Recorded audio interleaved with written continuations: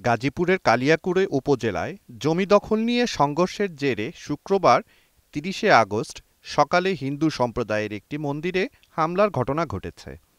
শফিপুর পশ্চিমপাড়া শ্মশান কালী মন্দিরে লেবু কন্ট্রাক্টরের নেতৃত্বে ৪০-৪৫ জনের একটি দল মন্দিরের সীমানা প্রাচীর ভেঙে প্রবেশ করে এবং মন্দিরের বিভিন্ন স্থাপনা ভাঙচুর করে, যার মধ্যে নাগ মন্দিরের খুঁটি গুঁড়িয়ে দেয়া হয়।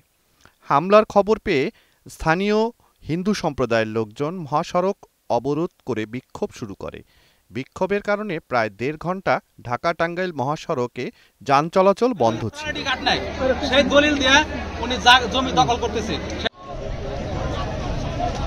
পরে স্থানীয় রাজনৈতিক নেতৃবৃন্দ এবং পুলিশের হস্তক্ষেপে আন্দোলনকারীরা অবরোধ তুলে নেয়, ফলে যান চলাচল স্বাভাবিক হয়। স্থানীয় সূত্রে জানা গেছে, রঙ্গলাল বাবু তার পৈতৃক সম্পত্তি মন্দিরের নামে লিখে দিয়েছিলেন।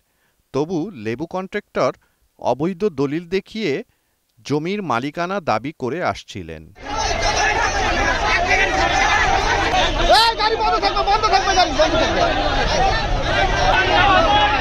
আদালতের রায় তার বিপক্ষে গেলেও তিনি জমি দখলের চেষ্টা চালিয়ে যাচ্ছিলেন।